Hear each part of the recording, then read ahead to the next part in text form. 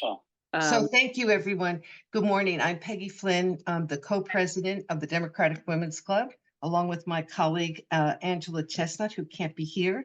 And before we welcome the Congresswoman, I want to give you two quick updates. Our March program for Women's History Month, honoring unseen women in our county, is now sold out. So if you'd like to be on the waiting list, send me an email, peggyflynn26@gmail.com. And the information will be on their website. We also want to make sure everybody knows about the fundraiser for Jimmy Panetta on February 24th. And that information will also be on our website.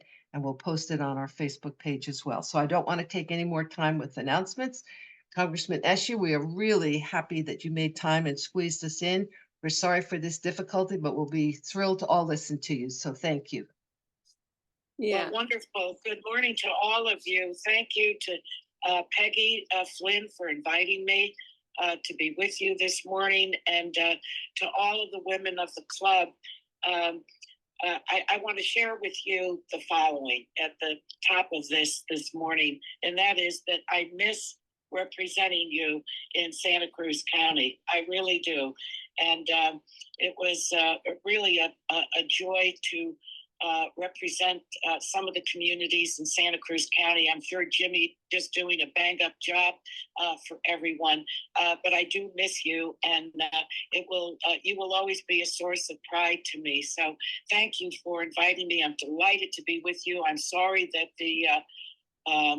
that it didn't work. It always has with this email address, but at least you can hear me, and we're together. And I know that you asked me to direct my remarks to our fragile democracy. So I'm going to follow what you asked me to do, and with some background about what has taken place and where we're going. We all know that 3 years ago, the U.S. Capitol, which is the citadel of our democracy, was attacked by a violent mob that sought to overturn the 2020 election. I was there. I will take that day and that experience to my grave. It was horrifying. This was one of the greatest attacks on our democracy.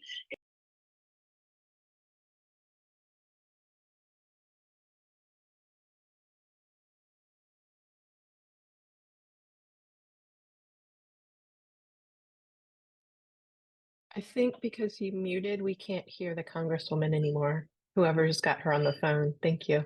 Laura Lee is muted. Laura Lee, thank you. Keep going. The grand jury indicted the former president on 4 charges related to his efforts to overturn the election. And importantly, a federal judge ruled this week that he does not have immunity from prosecution. He can now be held accountable for his actions because no one in our country is above the law. As I said, I was there when the vicious mob stormed the Capitol to stop Congress from fulfilling its constitutional duty to count the electoral ballots. And as I said, I will never forget that day. And it's important that our country never forgets how close we came to losing our democracy.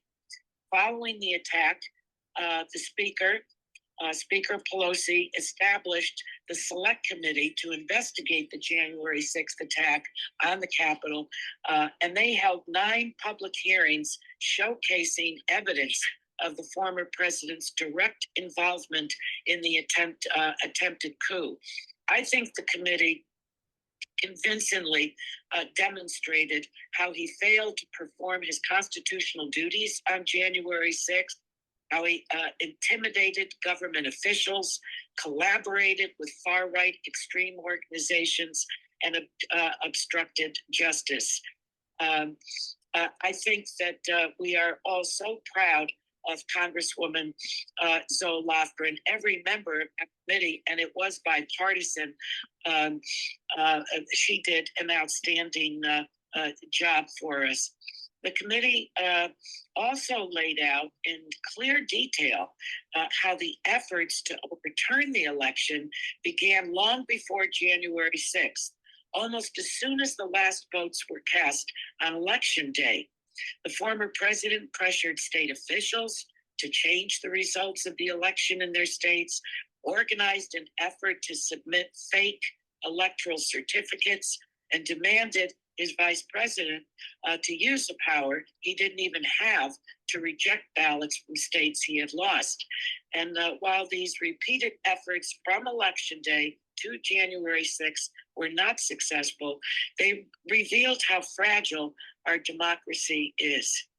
Congress passed the Electoral Count Reform and Presidential Transition Improvement Act. That's really a mouthful, but a very important law to ensure no future candidate can use these tactics to overturn an election. The law made several important changes to the Electoral County Act of 1887. Look how far back we needed to go, which set the procedure for counting electoral ballots. The new law clarified that the vice president has no power to reject ballots. It raised the threshold for the number of members of Congress needed to challenge a state's ballot, and ensures states submit a single conclusive slate of electors to Congress. I, of course, voted for that law to ensure that the will of the voters cannot be overturned after Election Day. But we have to be vigilant about efforts to prevent those votes from being cast in the first place. Since the attempted coup on January 6th, our democracy has been repeatedly threatened, not by an armed mob, but by state legislatures across the country. 19 states have enacted 34 laws to not only suppress the vote, but shockingly manipulate the votes that are cast. These laws suppress the right to vote by restricting access to mail-in and early voting, reducing the number and availability of polling places, and allowing arbitrary voter purges. The Supreme Court paved the way for these laws by gutting the Voting Rights Act.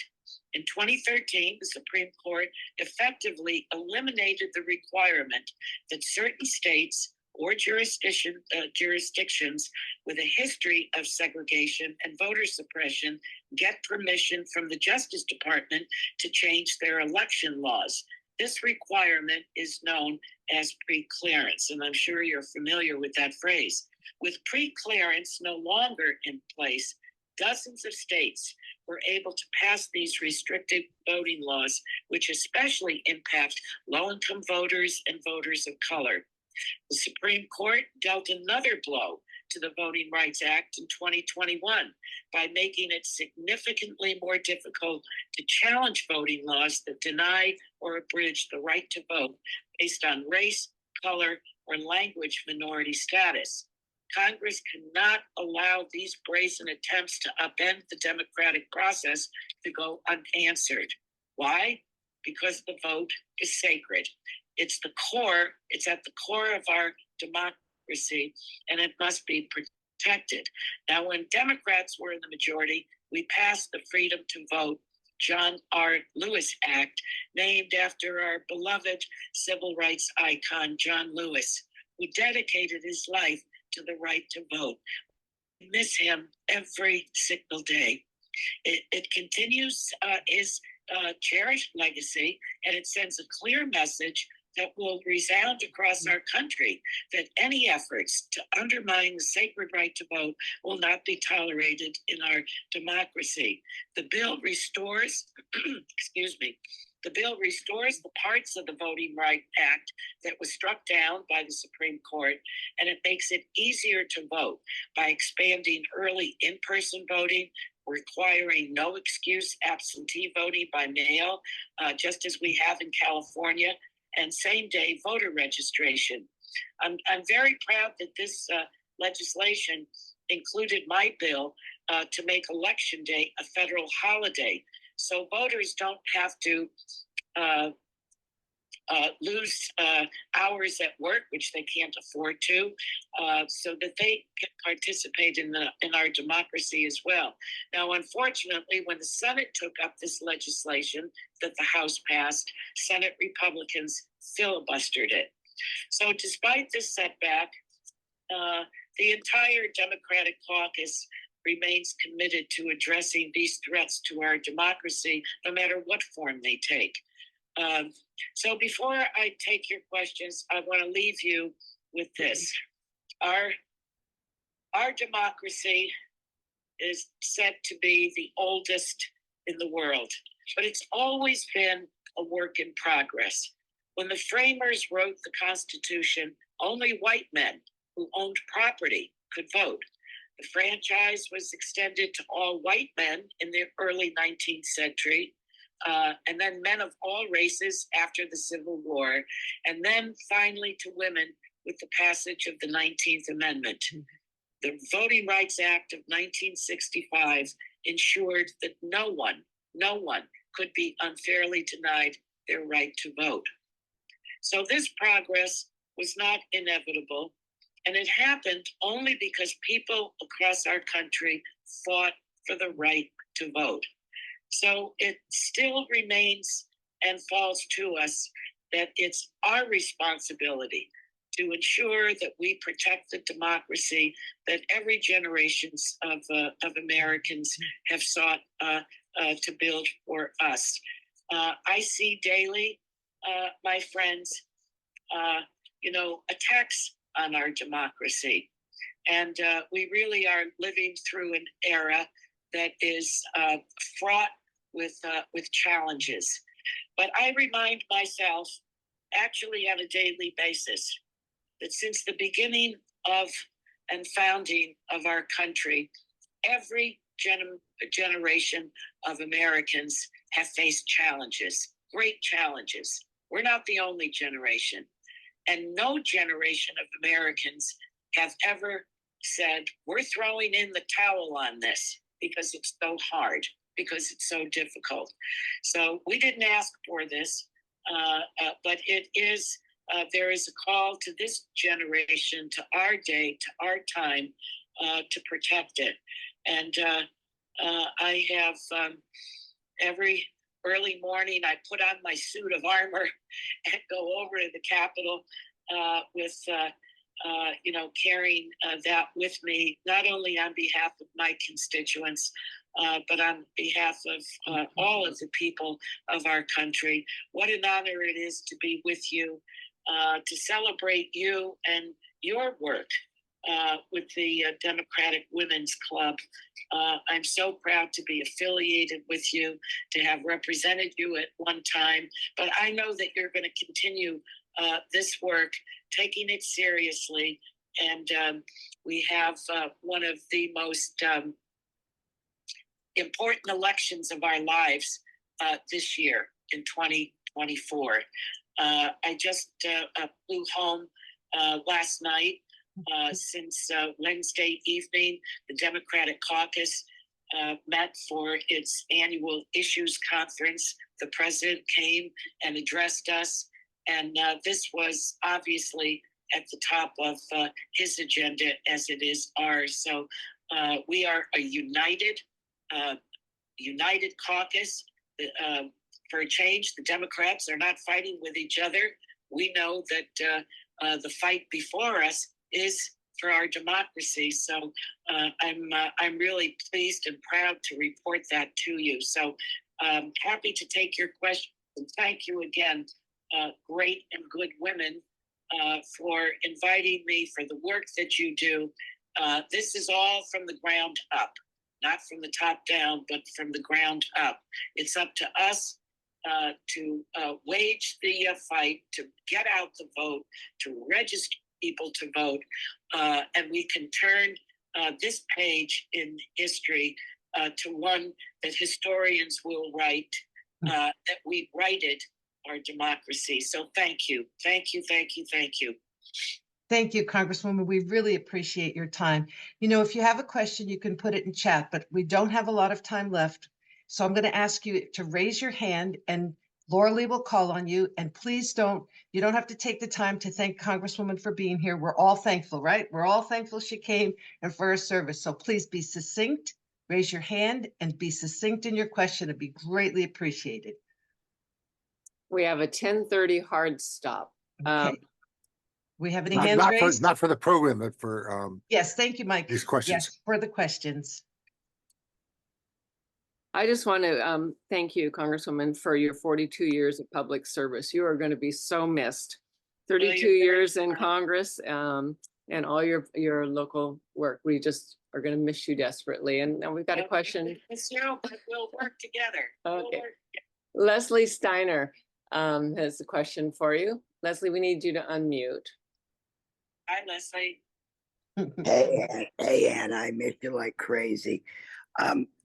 Thank you to Swing Left for implementing in the past our card writing to other states and targeted voters, but I've never known how effective that is to getting out the vote. We do a pretty good job here in our county, working hard together. We are a very cohesive group of good Democrats, but I wonder how effective that is. And I think somebody is on this program from Yes, Swing they are. Left. Yeah, they are. They can answer that because I've written out a bazillion. Let me tell you that all of those contacts that are made, whether they are targeted phone calls into specific congressional districts or a state that has a Senate race, they're highly effective because they're personal. Politics is very personal. I know from card writers here and telephone callers that they've established friendships with people in different states, and they call and talk to each other to share what's going on. So keep that up. Keep that up. It all helps. It all helps. And we have a question from Assemblywoman Pellerin, who's on the line with us. Gail, you need. Hello, Congressmember. Yeah, I was meeting with the Sacred Heart Community Service folks yesterday, and they were saying that they were not allowed to register voters because of some provision in federal law. Do you know anything about that? I don't, but you were a former registrar of voters, right? Yeah, and it didn't ring a bell to me either. So we're doing some research, but we might need to do a code change. So, well, I think that I can't answer that definitively. I don't want to mislead anyone, but I think that for California, California has done a superb job of making it easy to vote. I have my ballot sitting here. All I have to do is fill it out. You don't have to put a stamp on it and put it in the mail. So, but I'm not sure about the registration, Gail. I'm going to ask you to look into it and get that information to the club. My staff can do it too, but I don't. oh, I don't yet. Yeah. yeah, we will definitely do that and get back to you. Thanks. Okay. Great. Great. Okay, we have a question here from Mike Rodkin. Morning, Mike.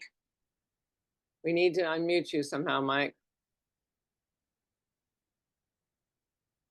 We're waiting. There he is. Okay, can you hear me now? Yes. Okay, we know that Donald Trump is unfit for office, but despite that, and we no doubt the Democratic President Biden will win the popular vote in this election, but there's a very serious risk that in swing states, given the way that our country is kind of gerrymandered through the whole establishment of the Senate, where I was shocked to find that 43 states have less population than LA County. Think about that for a moment. And they get 2 senators. But given the situation that's going on, what is the Democratic Party's strategy for defeating Donald Trump? What are the issues that the party is going to focus on? You can't focus on everything. I mean, what do you think are the key issues to take him down at this point? It's an excellent question, Mike. And much of the issues conference was directed toward that the Democrats just had. So they brought in a lot of key pollsters to talk about not only the efforts that are being launched in those states that are going to be highly determinative, but also the message. What is really so, in many ways, surprising to me is so many people do not know what we have accomplished. You have to be able to tell people what we've done. And so, honing the message, how it's delivered, how it's targeted, the messaging relative to minorities is shaped in a way that is going to have meaning to them. Women, Republican women, and the whole issue of reproductive rights. So it was really highly instructive to members. No one knows better the ground and the composition of their congressional district than the member that represents it. And so I think that we left. Really being armed with the kind of information that we need, but also working with key people in the administration to assist us in doing it. But you're absolutely right, Mike. If people don't know what Joe Biden has accomplished with the Democrats, and compare and contrast that with a total do nothing Congress. Do nothing Congress. They passed 27 bills last year. 27 bills is a drop in the bucket, and the majority of those bills were renaming post offices and parks. Their record is zero. Their record is zero. Nothing for the American people in comparison to ours. So, the vice president is going out across the country. They're dispatching people in the administration, but it is very specific messages to the targeted groups, to occasional voters, to minority voters, to women, to seniors, and we just have to keep the pedal to the metal, because it's just a killer when people don't know what we've done. But we can change that. We have the time to do that, and we will. Congresswoman, thank you so much. I know we promised Justin a hard stop at 10:30, so we're not going to keep you any longer, but we so appreciate it. And sorry for the technical missteps here, but I think everybody's enjoyed. Thank you. Because we started it at 10 after 10. Okay, if Justin gives us a green light, we're good to go. We got 2 more hands raised here. So we'll have Gail. Gail Wingart, do you want to unmute? Good morning. I just have a follow-up question to what the Congresswoman was just saying. I do often hear from people more disinformation from what they're hearing from different news sources. They often don't know what has been accomplished in this administration. And I find myself trying to educate them, but not finding a comprehensive list that I can provide them. I'd love to have a comprehensive list of what Biden has done, what the Democrats have done. So if we could have a resource for that, that would be amazing. Gail, I don't know if you're Yeah, hearing she's her. answering. She's answering you. She says she'll get you a list. Thank you. So And Congresswoman, maybe what we could do is you send it to me, just your staff, and we'll get it on the DWC resource page. Absolutely. Thank you. Very good. And then one more question from Debbie Liardet, if I said that correctly, Debbie. Liardet. Yes, hi. I was wondering how the Democrats in Congress are planning on publicly responding to the report on Biden's memory and the chaos that that's creating. Thank you. Well, first, let me say what a hatchet job that lawyer by the name of Hur, H-U-R, did. I mean, it's just jaw-dropping. Well, first of all, the president pushed back. And there were several in the administration, certainly the vice president and others. There are many members that I saw on the news. Of course, I was flying the better part of yesterday and didn't get in until last evening. And my TV is out, so I didn't hear anything last night. I know that members are pushing through their social media, because a lot of people read those. But what a hatchet job on the president. These people are vicious. They're vicious. And then to say that he doesn't remember, I can tell you that the president spent over an hour with us. He didn't have one note in his lap or anything in front of him. He spoke to the innards of the legislation. There's nothing wrong with his memory. Actually, I've known Joe Biden for over 40 years. Before I ever went to the Congress, I knew him. And he was known for his gaffes, to tell you the truth. He was known for his gaffes. So, are we not human? Do we not make mistakes? Do we not remember something, fill in the blank, whatever it might be? But this was a very willful, intentional attack on him. When I heard it, I just ached for Joe Biden. To say that he doesn't remember, the nightmare of grief is a parent burying their own child. And for that man to say he didn't remember when he lost his son, oh my God. Oh my God. Yeah. Yeah. Thank you. I think we have any other questions before we let her go. I'm seeing no hands raised on my screen, Congresswoman. Okay.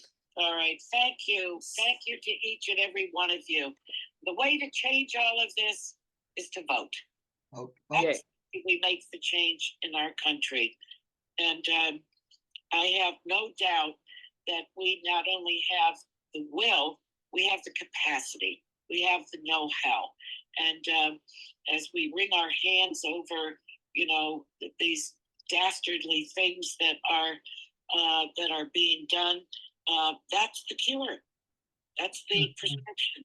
That's the prescription. So I have no doubt that we can do this, and that Joe Biden will be reelected, and we can make right what's wrong and protect our democracy. So God bless each one of you.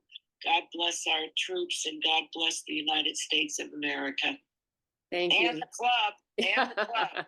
And we're all clapping for you. We're all virtually clapping. Thank you, Congresswoman. Thank you. Have a good day. Thanks so much. Thank you. Bye-bye. Okay.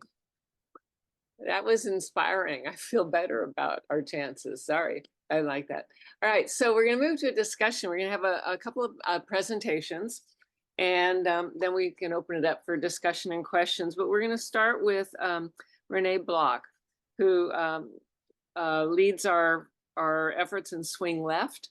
And Renee has a lot of credentials in the Democratic Party, but he's going to give us a little bit of background on what's doing, and then we'll have another presentation after that before questions.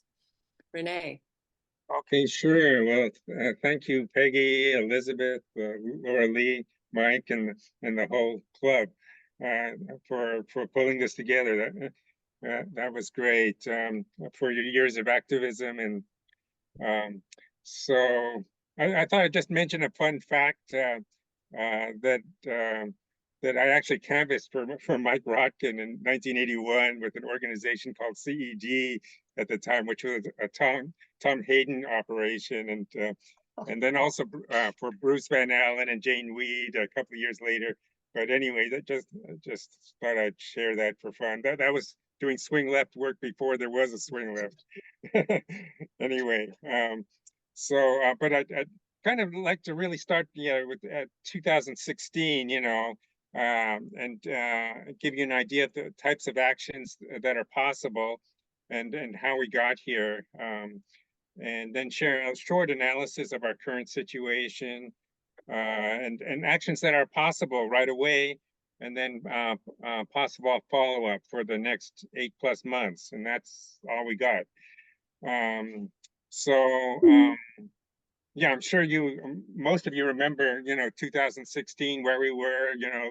I was at a victory party 2016, and at a Santa Cruz restaurant, and we were looking at the screen, and some people were blowing horns and all this kind of thing, and then we're looking at the screen, and well, that's not going the way. That's not quite right. That state is too close, and this state went the other way.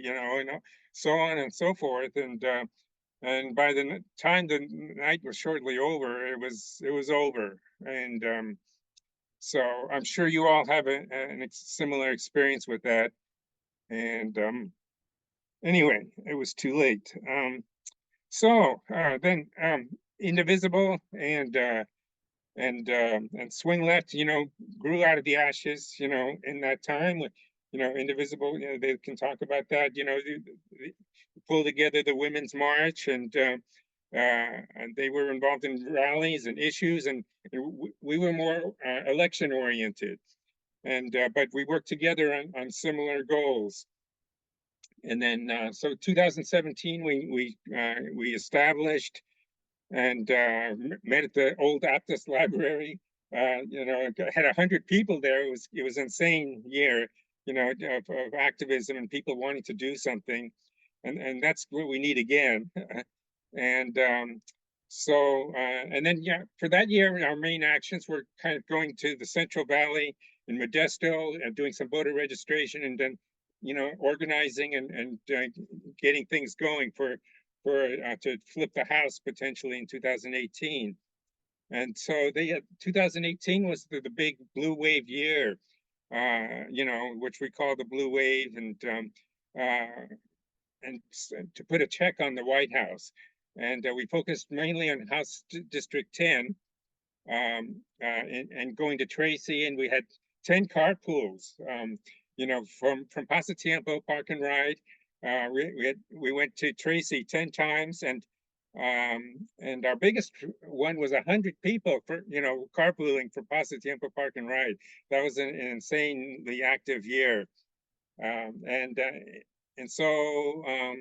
then we also did we went to Nevada one time, actually 25 of us from Santa Cruz, to canvass in Reno to help flip the Nevada Senate seat, for which Jackie Rosen was, got first elected, and she's up again this year, by the way. And then in the end, for that year, we were successful, in flipping that House seat. Josh Harder was elected.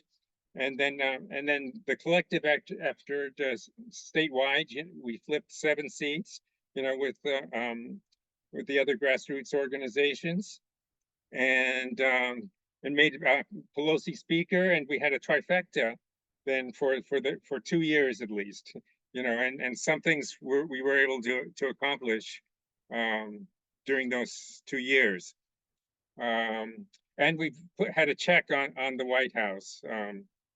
So it's 2019 and early 2020, we started the letter writing parties, in person, towards the big drop, which was, at the end of 2020. And then we also had 4 trips to Arizona to flip the Senate seat and elect Biden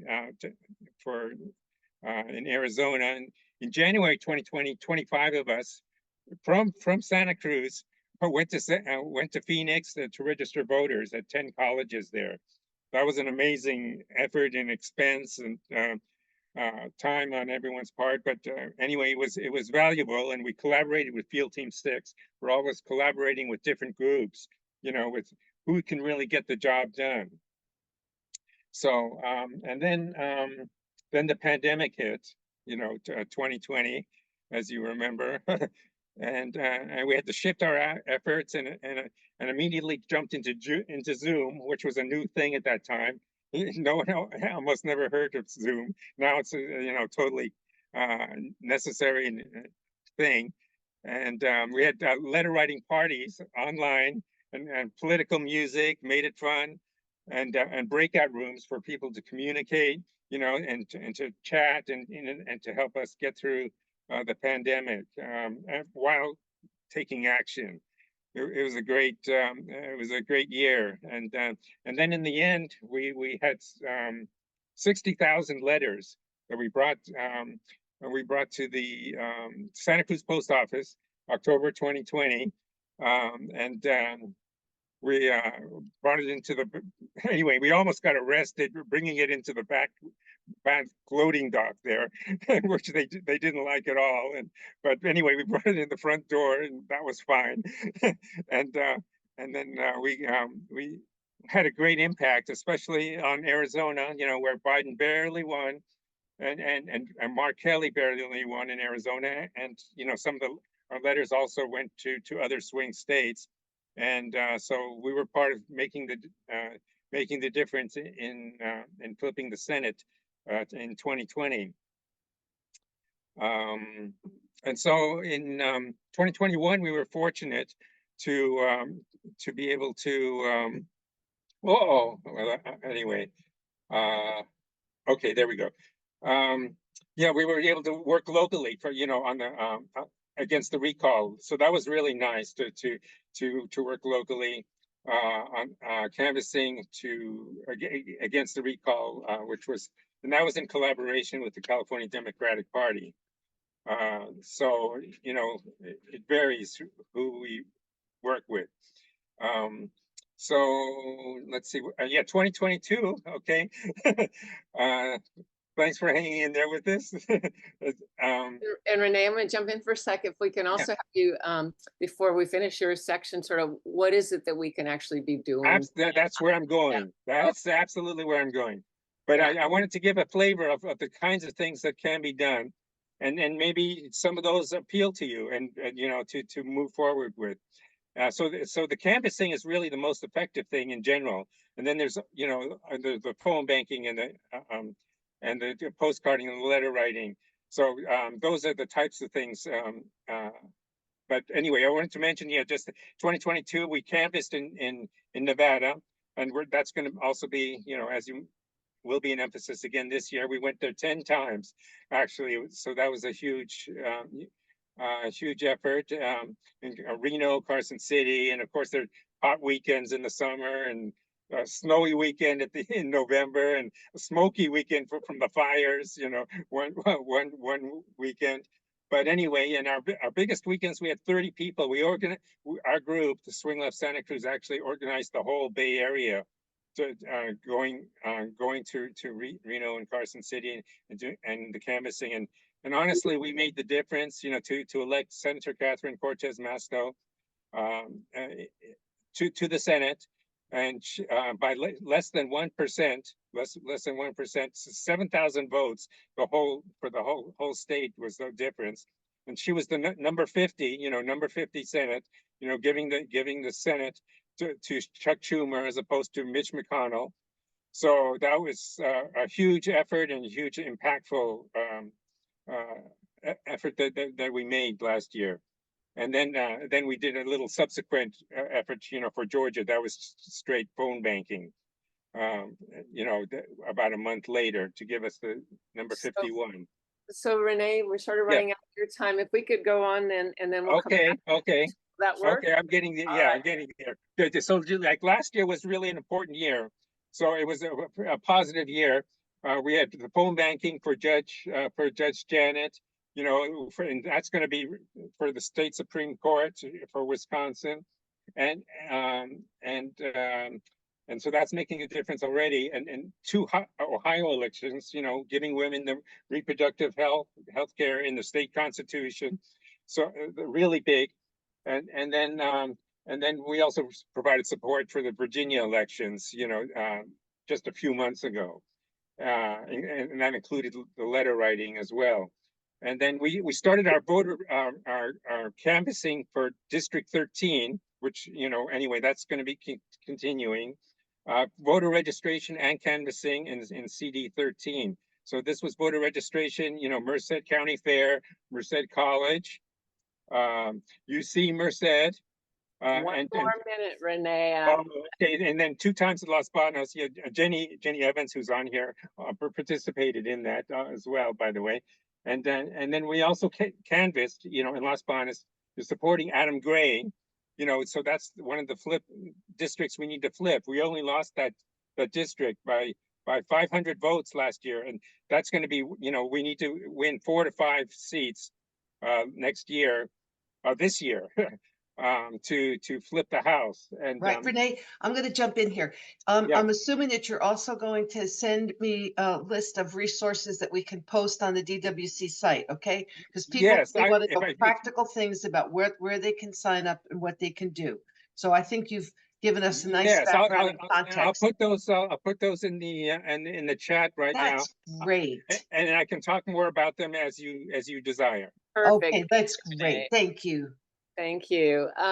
All right, so now we want to hear a little bit from Indivisible Santa Cruz County. We got Amanda Harris Altice, co-chair treasurer, and Jenny Evans, organizer, online with us.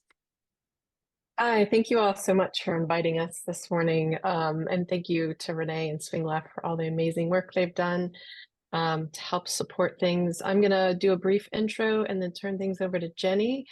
I just want to talk a little bit about our current membership. We have about 2,000 people on our mailing list, and we have a lot of active engagement through that and our social media channels on Facebook and Instagram. This helps to support our postcarding campaign, which Jenny is the co-lead for, as well as other things, fundraising and whatnot. And she'll speak a little more in detail about that. We also have a connection and engagement at the state level with our California Indivisible State Strong, where we help to organize other indivisible groups across the state to support bills. I know we have a little bit more protection in California with statewide, but we still need to be diligent about protecting our state's rights. So it's really good to know what's coming through our state to help support those efforts, as we've seen in so many other states have really just arcane laws get passed. So we get things from national. We have more engagement than what we have capacity for at our local level. There are things that you can engage with and sign up for. There's a national campaign call on the 15th. There's battleground phone banking for New York District 3.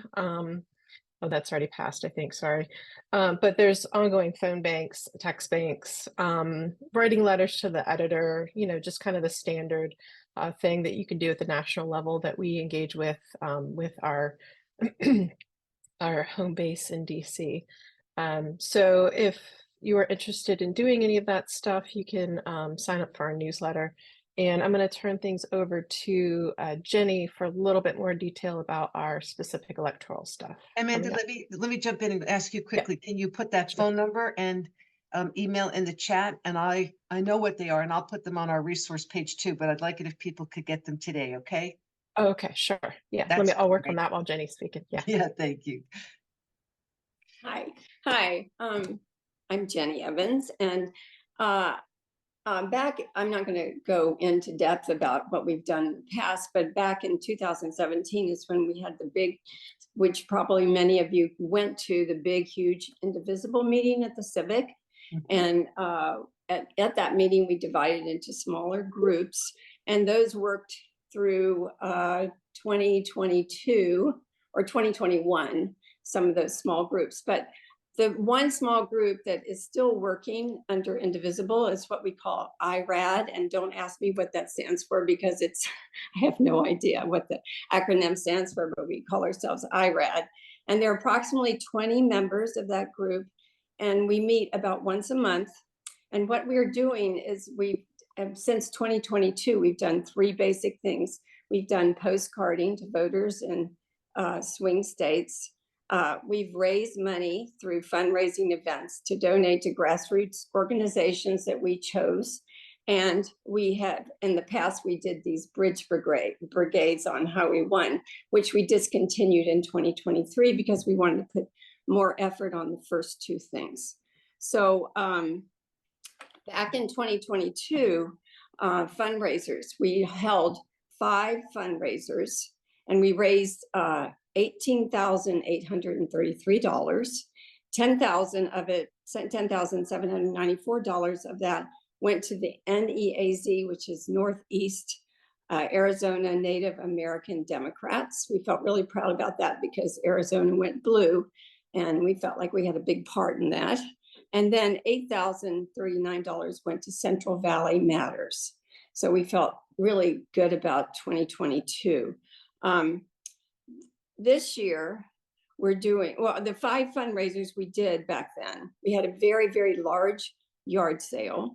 And then we also had 4 Dining for Democracy dinners, which were super fun. And each dinner had about 25 people, and we would have it outside. And we raised quite a bit of money from those. And so this year, 2024, we decided to focus mostly on getting out the youth vote. And we started planning our fundraisers in October, and we held a large holiday craft bazaar and yard sale in December.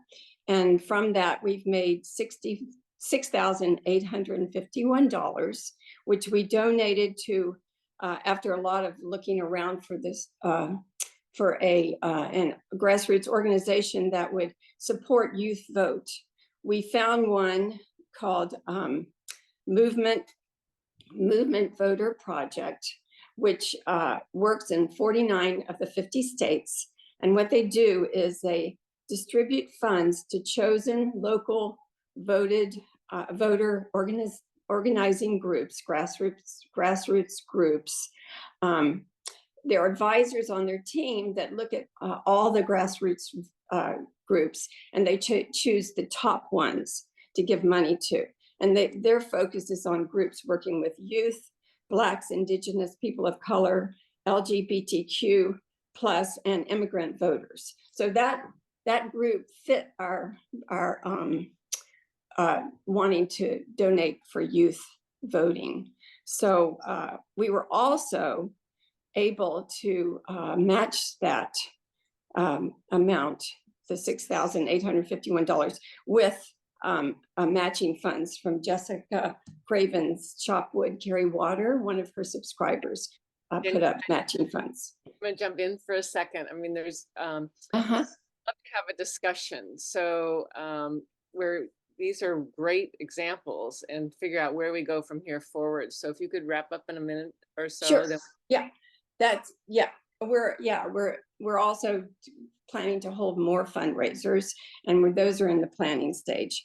The second thing we're doing is postcards to voters, and we've partnered with Commit to Democracy, and those and we have in the 2022 to 2023 we sent out 30,000 postcards. Santa Cruz alone did, so we did really well that. And already this year we've sent out 5,000 postcards to New York and 2 districts in California.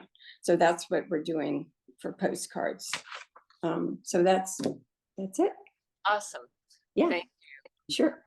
both of you have talked about, or all 3 of you talked about, is tremendous. Questions from anybody about these programs or anything that came up earlier with Anna Eshoo? If we could see you, that would be awesome. I just want to make sure that everybody sends me, to the DWC, your list of resources so I can get them on, because I know some folks can't stay on the entire time. I have a quick question for Jenny. Jenny, how do you decide when you were talking about the different races, who decides which ones you're going to support? Is, with. That's done through Commit to Democracy. Okay. They have partnered with Activate America. They send them the scripts and the addresses. And then we just put together the packets and distribute them from our front porches. Okay. So that's how that works.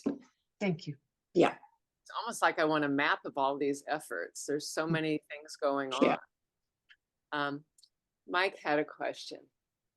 Yes, I think a lot of your work is focused on electing a Congress, both houses, that'll put constraints on Donald Trump should he be elected, which is critical, as well as, of course, the positive possibilities of a Congress that does something good for a change. But I think a lot of us are losing sleep over the thought that Trump could be our president.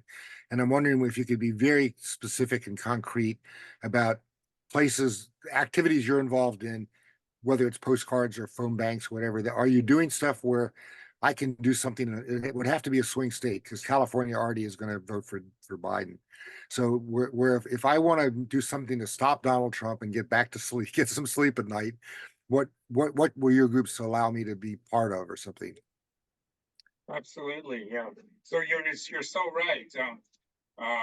So there's only 6 or 7 states that are going to make the difference, you know, for the White House. Actually, also for the Senate, they're not exactly the same states, but in the cases of Nevada and Arizona, they are the same. Those are triple impact states where we're going to. So we're definitely focusing on those 2 states. So later in the year, we're going to canvass in Nevada, which is the most impactful thing you can do. But at this point, we do have we have postcarding, and so I'll put in anyway information in the chat for that, and the letter writing. So both the letter writing and the postcarding, for Nevada, Arizona, and some of the other states are really going to be the best impacts at this point. And at some point that there will be other impacts that are possible, with some social media actions and some phone banking that'll be coming up, later in the year. So Yeah. yeah. And I'm just going to follow up with that, where our postcarding will also go to swing states. And there's going to be postcarding for Joe Biden and Kamala Harris.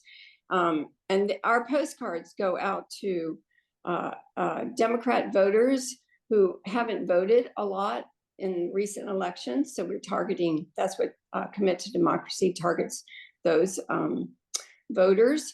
And also the fundraising that we're doing, we're trying to get out the vote with people of color, indigenous, the youth, especially the youth, because we feel like that's extremely important, that young people, Gen Z people, vote, and lots of them don't. So that's why we targeted fundraising for those kind of organizations. Jenny, let me ask you a follow-up question. It's no secret that a lot of young people are dismayed about the age of the 2 people who are likely to be the top candidates, right? So when you talk about, especially young voters who haven't voted or haven't voted in a while, what are the strategies and what are the issues that you all are going to use to appeal to them? Well, yeah. Again, because Swing Left is doing such an amazing job going out and doing phone banks and all of that, we decided to take a different tack and just go after the fundraising for organizations that do that. We chose Movement Voter Project to donate our money, our first fundraiser to, because their strategies seem they've been highly recommended by Jessica Craven, and saying that was one of her top organizations for giving donations to. So we feel like in choosing those kind of organizations that we are in fact taking care of that. Okay, but we'd like to hear what are their strategies? What are the messages and the strategies? Renee, jump in, please. Yeah. Okay. Well, yeah, there's a lot to be said about that. It's really overwhelming to talk about it, but yeah, it's both of, kind of the positive aspects that, Anna Eshoo was talking about. And, all of that can be broken down and talking about pro-choice issues and who you're talking to and the bills that were passed and so forth. But it's also, these are the 2 choices, black and white, in terms of, you want to continue the country as it is, or do you want to have a wannabe dictator? And I think we need to be out front about that. And you may not agree with everything that Joe Biden does, but those are the choices. And if we go third party, we're going to end up with the 2016 situation again. Mm-hmm. And that's a risk also. By the way, the Bay Area Coalition we're working with very closely, and they have they do have a messaging center that they're building up, to talk about every issue, immigration, abortion, whatever, transportation, you name it. And so those are, it's good for people to be, up to speed on as much as possible. You can't know everything about everything, but you can have kind of key points that where you can respond if you're on the phone or you're in person at the door. Yeah, and I think that the reproductive rights are a huge issue. Huge, and I think that's gonna be the major thing that the young and old, but a lot of young people will vote in the end because it affects them. I think it's important that you reach voters with issues that affect those voters themselves. But young people can be student aid and jobs and housing and lots of things too. Yeah, that too. Mm-hmm. Yeah. A question for both of you. Have your organization started to figure out how to respond to these criticisms about Biden that came out in the report? We heard the congressman mention it, but do we have any? I'm hoping that it'll be long forgotten in in a few weeks. I mean, we're still 8 months out, and there's going to be so much happening in between.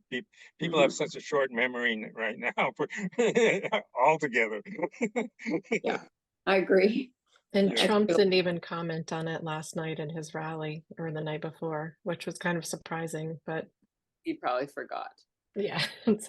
I mean, the whole age thing is really crazy. They're only 3 years difference, and one guy's completely insane, and so.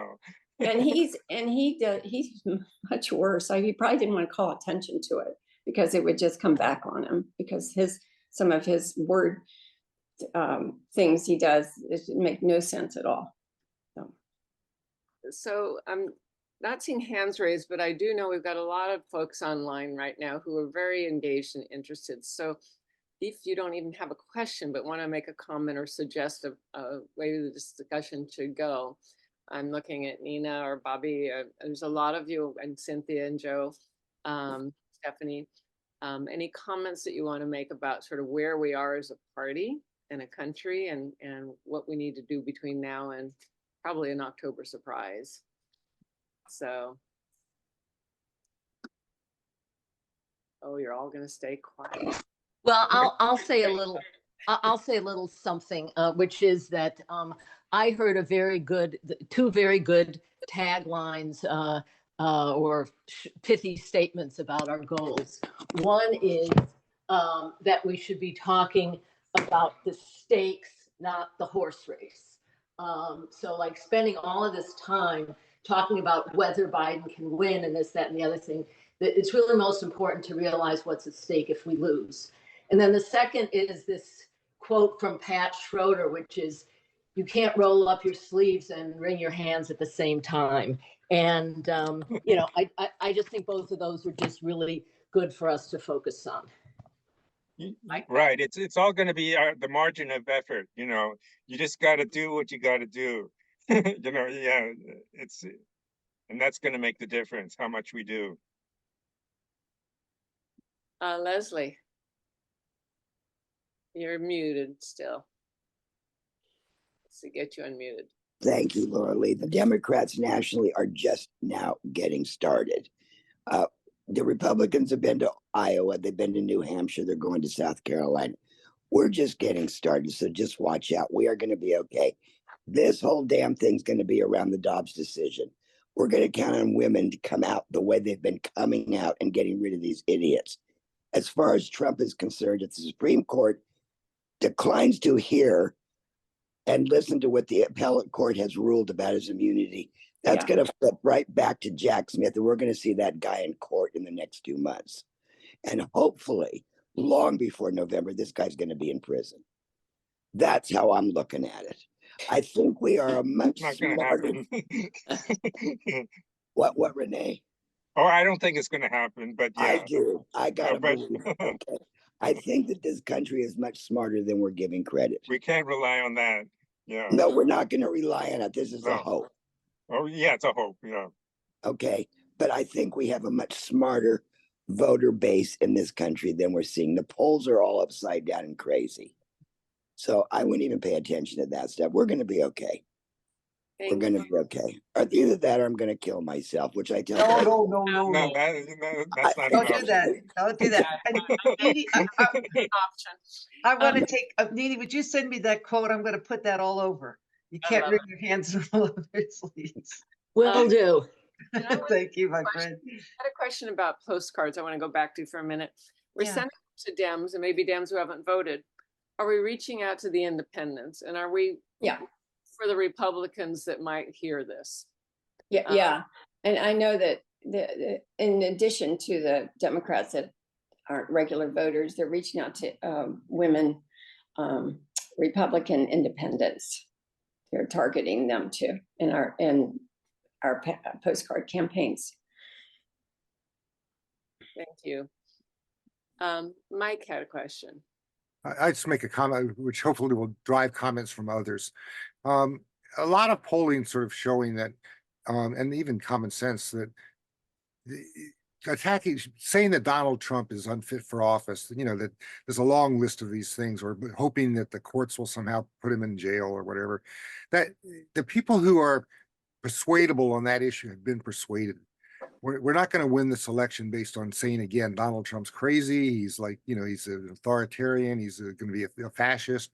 I mean, those things are true, but the people that can be reached with that message have been reached with that message. And for whatever reason, others are not going to let go of their idea that doesn't bother them, or that they even like somebody that's got that kind of, fascist, strong man, to be blunt, approach to stuff.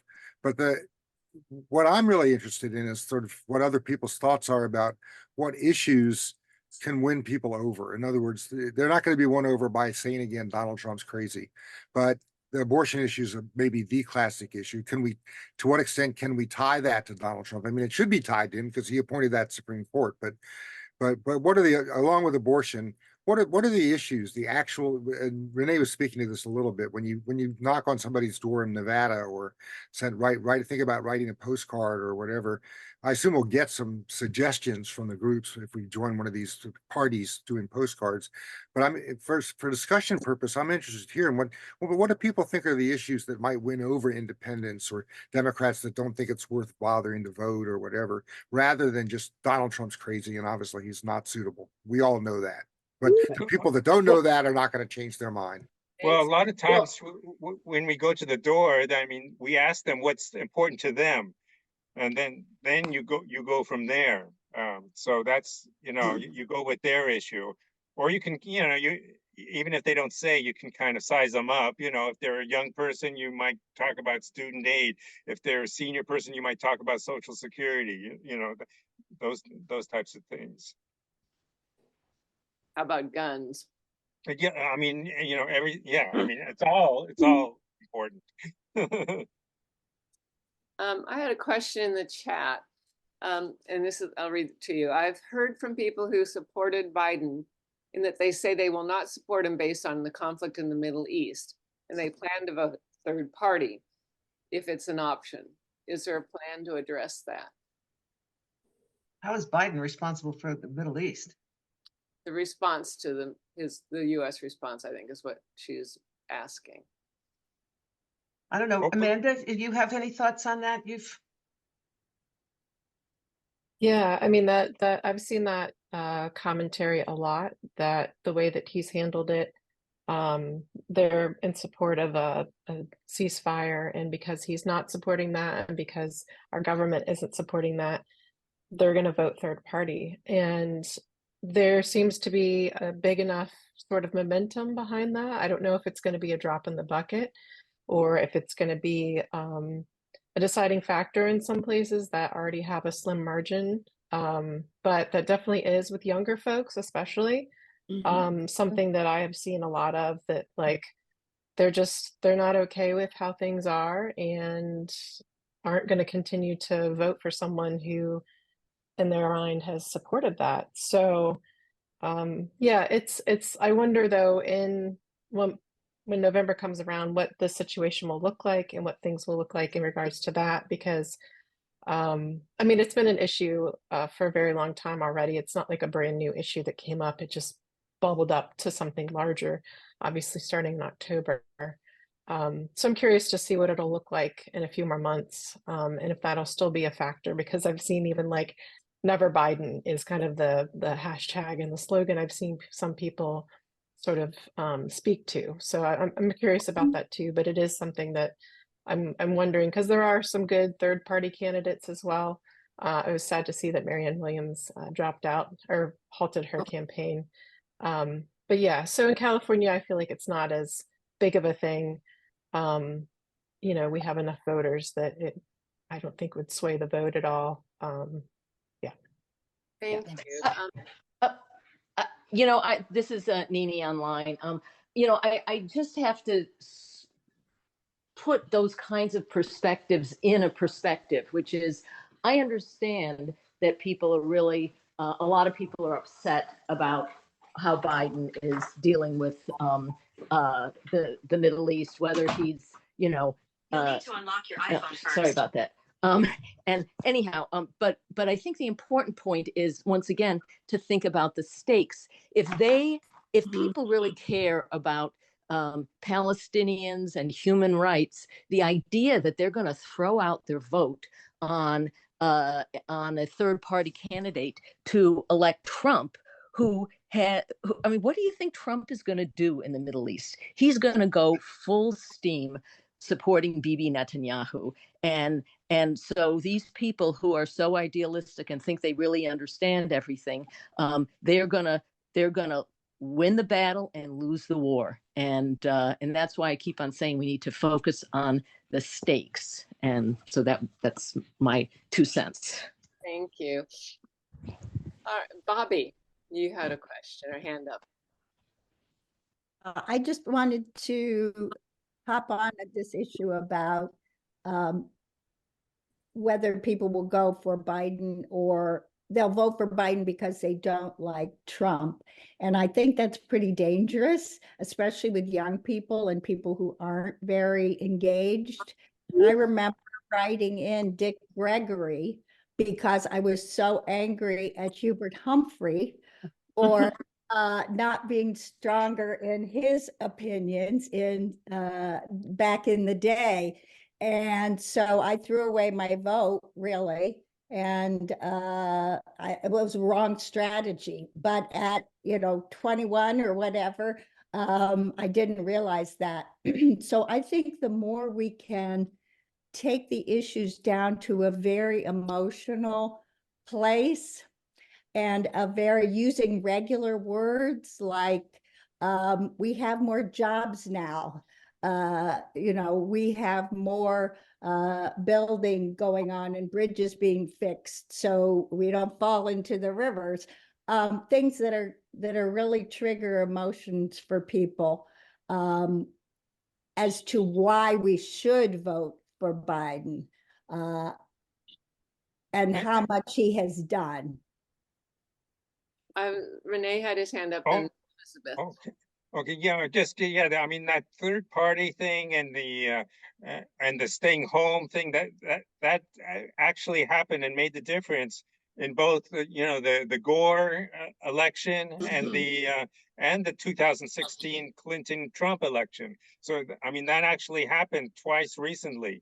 So it can happen again. So that's those are the results of what can happen. Thanks.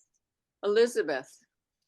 Yes, I just wanted to build on Bobby's comment and say that in addition to highlighting the specifics, there's more jobs, etc. We also, I think, need to acknowledge with people that there's a lot of people still hurting out there, and to kind of tie it together, like you may not have a job yet, but jobs are coming, and here's what's happening in the future if you vote. Because I'm out canvassing a lot for local candidates in Santa Cruz County, and a lot of people hear the message, everything's getting better, everything's good, and it's not great for them. So back to that idea of the emotional tie, and a lot of people are not doing well, and the economy is not good enough for a lot of people right now. And so I hate that message gets lost. And so I just think finding out, how we can connect the dots a little bit more specifically and emotionally to people and their real place that they're at. And I hope that Biden will also start to do that more. Mhm. Thanks, Elizabeth. You know, there's a lot of stuff written about how the Democrats like to look at things logically, and if people just understood better, they would understand what the stakes are, where the Republicans are very good at hitting that emotional button. And so I think that's a very important reminder that we need to get to that emotional message. Stephanie Barron-Liu, hi. Hi, I'm driving, so apologies for not being more engaged, but really appreciate the session. I think for myself, something that, and I identify as, a younger voter, I'm a mom, I'm a community leader. And when I think of what does that social media marketing look like and what is it, is it a fallacy to have, not enough information of why Biden is meant to be our candidate, as opposed to only relying on how much we fear what it would be like to have Trump back in. And so I appreciate the comments around that, and even just a better understanding, how are we appealing to the Latino votes, especially in Nevada when that's going to be so critical.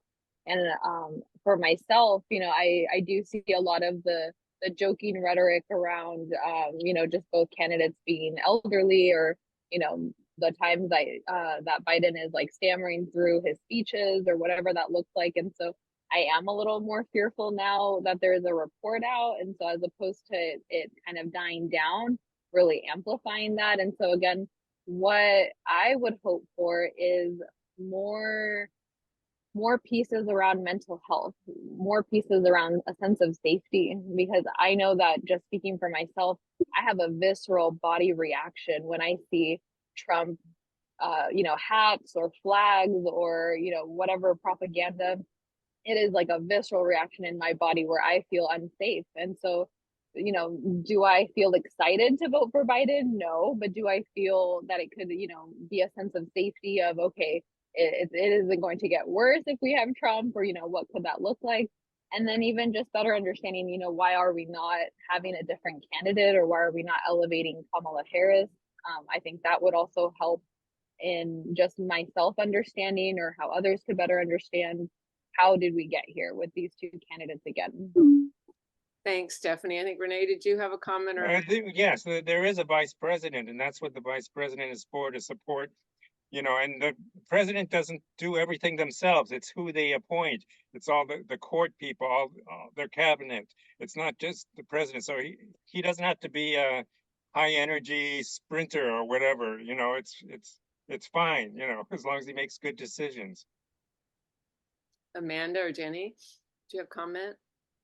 No, I totally agree with that. And as for the old thing, this report that came out, I so think that it just, if the trial of Trump would start in May or June or whenever, that will just erase all that. People will focus on that instead. And so I'm irritated about the things they say about Biden, because I think personally he's done an amazing job and was just the right person to come in after Trump. So it makes me mad when people, are wishy-washy about him. I think that, we just have to keep telling everyone what he's done. And also, I think it's super important to make sure people who are going to vote for third party should definitely understand that that means that they're voting for Trump, and what that means to them specifically. So I think that's very important. This conversation makes me also think about the impact of media and social networking, and now AI mixed into that.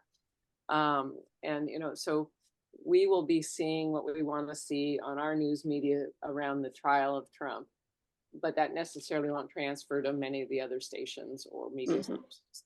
So is there any effort on your part in both organizations to try to influence the media sources or the social media outlets? Laura Lee, I'm going to jump in and just tell everyone that the Democratic Women's Club is working on a session in the spring or early summer on AI and elections and ethics. I think nationally, Indivisible is endorsing candidates and helping to put money behind them through the PAC that we have. So I think in that way, they're starting to tried to influence, and also just supporting the different groups as well, to help kind of push a different narrative and have another resource of a different voice that somebody might agree with, or just another way to engage. So I'm glad to see like that they put out the endorsements, and then they also say like, here's somebody we endorse, here's how to support them, here's a phone bank, here's a whatever they have set up for it. So I think that doing that movement through them, I think is good. I like to see that they're doing that and supporting candidates in that way in these contentious races. Thank you. The issue somebody raised, third party, no labels, effort is underway. What's going on there, Amanda, Jenny, Renee? Are you following that, and what's sort of the strategy around that? Or Leslie, if you have thoughts about that as well. No labels. It's a problem. Yeah, it can be a problem. Yeah. So it's similar to what we were talking about before. But we have to address it if it happens. But there will be a third party element, and so we have to show. I mean, really, there's only two choices, realistic choices, and it's going to be one of those two.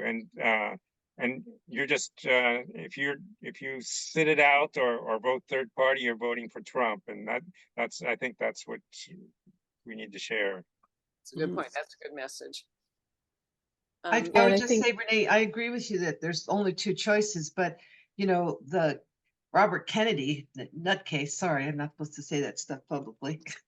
I mean, really, it isn't unworrisome. I mean, I dismiss it. No, it's not unworrisome. No, thank you. Go ahead, you say more. No, I was just supporting what you were saying. Yeah. I mean, we'll see what happens, but yeah, those three: Jill Stein, there's Cornel West, Kennedy. Yeah, and this new labels, they could have somebody else too, and they're pretending to be like middle of the road, but they're really a right wing. They're supported by the Republican people, by the corporations and all that. They're not middle of the road at all. No, and I think, and I know Laura Lee has paid a lot of attention to this. One of the things that we all need to dig deeper on sometimes is where is the money coming from? Because no labels presents itself, as you said, middle of the road, but that's not where the money's coming. Biden's the middle of the road. I mean, that's Elizabeth, did you want to add to that? Yes, I did. Hello. What I really wanted to say is to help your friends and everyone to really understand that the voter suppression that happens in other states is really severe. I worked on the voter protection program in Arizona during the midterms. And even though I thought I knew how bad it was going to be, I was shocked at what goes on at the polls, what gets said by the poll workers to people coming in to vote, the misinformation that, there was people sitting by the by the drop boxes with guns, as you know, in Arizona. I had elderly people calling me who were afraid. There's so many different things that happen that intimidate the voter out there. So as send our postcards or messages are developed or you're talking with people, I feel like sometimes that gets lost because we're really not used to that being a problem at all in California. And I know we know about it, but like it viscerally became so clear to me how really bad it is when you live somewhere else. And we need to support all those efforts in those swing states really seriously. Thank you. Gail, you have to unmute. I would also say the education of the candidates that they put into these third-party polls. I remember, Peggy, you lent me a book, and in the book it explained the building of Trump as a candidate. The group of people that came to him and said, this is what you need to change about yourself to present yourself as the Republican candidate. You need to change this, this, and this. One of them was, you can't be pro-abortion anymore. And he said, I can change that. I can change that. I can change that. And they backed him as the candidate before he came down the escalator. Now, a lot of people don't know those stories because they don't read those books. So if you educate people on who those people were before they come down the escalator, I think they'd have a different different perspective on who they're voting for. And RFK is one of those people. And I spent some time recently educating someone on who RFK was before he started presenting himself as a third party Democratic candidate. So I think that stuff like that is key. Thanks, Thank you. Gail. You know, we have a lot of work to do, and I think the work that Swing Left and Indivisible is doing is so critical. So thank you. We're gonna wrap up. We've got a couple of just another minute or two, and we want to make sure that we get things in the chat that we can post on our website, really tangible things that we can all be doing. I think we all need to, as Nina said, roll up our sleeves and stop wringing our hands. I think that was brilliant. So thank you for saying that. And you know what I just thought of? I said, and please send me the resources and I'll post them on our social media. But I think it's important enough for the DWC to send out a special mailing on these. And so anything, both, yes, Renee, Amanda, Jenny, thank you so much for doing that. And then Really, closing. everything I put on there is good, you know. Okay, I'd have to get it. If you can save the chat, yeah. Yeah, yeah. And just thank you again, Laura Lee, for being a great moderator, Elizabeth for co-hosting, and a reminder to everybody that the DWC holds these monthly programs. You can check them out on our site, and we post a lot. Please join if you haven't joined, but all our programs are open and free to the public. And again, our March event is sold out, honoring women, unseen women throughout our county. But if you send me Peggy Flynn, PEGGYFLYNN 26@gmail.com, I'll put you on the wait list. And we're still working on other programs throughout the spring and summer related to the election and challenges and what we can do to be positive, you know, not to be Pollyannish, but to get in there and roll up sleeves. So thank you again, everyone. Thank And you. thank very you much. for the doing invite this. and thank you for having It us. was Yes, great. thank Yeah. you. Yeah. Thank you, Jenny. Sure. Thank Renee, you and so Amanda. Thank much. you so much. Amanda, I've seen you in other Bye. places. It was great to see you on here. Yeah. Yes. Thanks. We all Bye. appreciate the work you've done. Laura Yeah. Lee, yeah, I just don't know how to save stuff from the chat. How do you do that? we'll do that. Okay. Thank you, Thanks, Debbie. Peggy. Thanks, Debbie.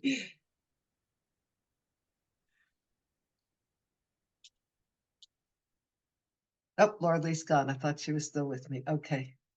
Peggy, you can probably stop that recording too. Thank you, Mike. Let me see. Stop.